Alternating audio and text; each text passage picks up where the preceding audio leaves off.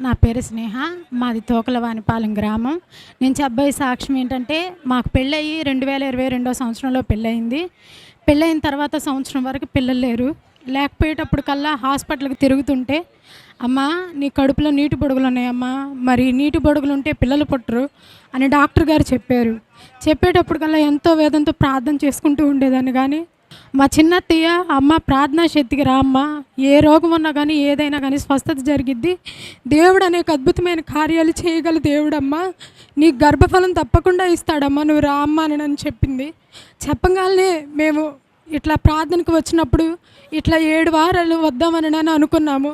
దేవుడు గొప్ప అద్భుతమైన మేలు ఏం చేశాడంటే, మేము 6 నెలలు వచ్చిన తర్వాత 7వ నెలలో వద్దాం అనుకునేటప్పటికల్లా ప్రెగ్నెన్సీ కన్ఫామ్ అయింది. దేవుడు శ్రేష్టమైన కుమార్తెను నాకు సహాయం చేశాడు. అలాగే ఇంకో విషయం ఏంటంటే, నా భర్త ఉద్యోగం కోసం 3 లక్షల రూపాయలు డబ్బులు కట్టాడు. అయితే ఉద్యోగం ఇస్తామన్నారు కానీ ఏమీ చెప్పలేదు. చెప్పబోయేటప్పటికల్లా ఎంతో వేదనతో మళ్ళీ, "ఎందుకు ప్రభువా మరి డబ్బులు కట్టాం, ఉద్యోగం అయితే రాలేదు. అయ్యా నీ చిత్తమైతేనైనా ఉద్యోగం అయితే ఇవ్వు, లేకపోతే మేము కట్టిన డబ్బు మాకు తిరిగి ఇచ్చే కృపను సహాయం దయచేయ్యా" అని చెప్పాము. మళ్ళీ పాస్టర్ గారి దగ్గరికి వెళ్ళి మళ్ళీ మేము అడిగితే, దేవుడు గొప్ప అద్భుతమైన మేలు ఏం చేశాడంటే, 2,40,000 మా చేతికి వచ్చాయి. ఇంకా 60,000 రూపాయలు రావాలి. దేవా నీ చిత్త ప్రకారం నాయన 10 ఏళ్ళు స్పాన్సర్ వేస్తావు నా తండ్రి. అయ్యా 60,000 కూడా నాయన తొందరగా వచ్చే కృపను సహాయం చేయని మేము ఈరోజు స్పాన్సర్ 10 ఏళ్ళు చేసామండి. మళ్ళీ నాకు నీరసంగా ఉంటుంది.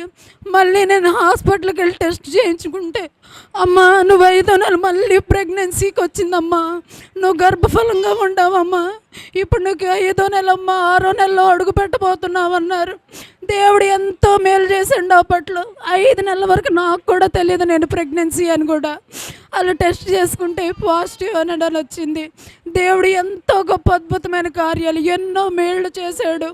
బంగారం ఎంతగానో నాయన నా తండ్రి, నువ్వు మంచి దేవుడు, గొప్ప దేవుడు అయ్యా, అడిగిన వాటిని ఎల్లా ఇచ్చి దేవుడు నా తండ్రి, నా ప్రభువా అని నేను అనుకున్నాను.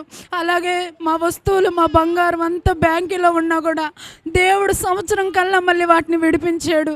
ఎంతో గొప్ప అద్భుతమైన మేలు చేశాడు. ఇప్పుడు పాస్టర్ గారు ప్రార్థన చేసి, "నాకు మగబిడ్డ కావాలండి" అని అడిగితే, "ఇదిగో అమ్మ మగబిడ్డ" అని అట్టిగా ఇచ్చాడు. దేవుడు నామానికి వందనాలు. ఇదే నా చిన్న సాక్ష్యం.